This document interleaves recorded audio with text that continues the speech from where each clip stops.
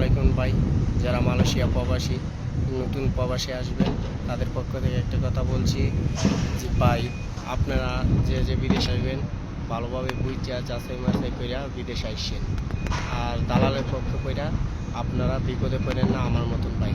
ভাই বিসির কাজ করতে করতে ভাই জীবনটা শেষ ভাই।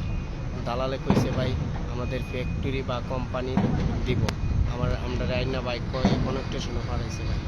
আমরা ভাই আসলাম 3-4 জন, আমরা একই এলাকার আমার শাস্তল ভাই আনছে 6.5 লাখ টিয়া রাখছে, বুঝছেন? 6.5 লাখ টিয়া আমরা কোম্পানির কথা কইয়া আমরা যেমন কনেকটেশনের কাজও ফেলাইছে ভাই। এ দেন ভাই বিসিটিসি আলগাইতে আলগাইতে ভাই জীবনটাই শেষ, লাভ নাই ভাই। ভাই আপনারা যারা যারা এই প্রবাসেতে আসবেন, নতুন আসবেন, তাদের পক্ষ থেকে আমি বলছি আপনারা যাচাই মাচাই কইরা তারপর বিদেশে আসছেন, এর আগে আসবেন না। দালালের পক্ষ করে আপনারা বিপদে পড়বেন না ভাই।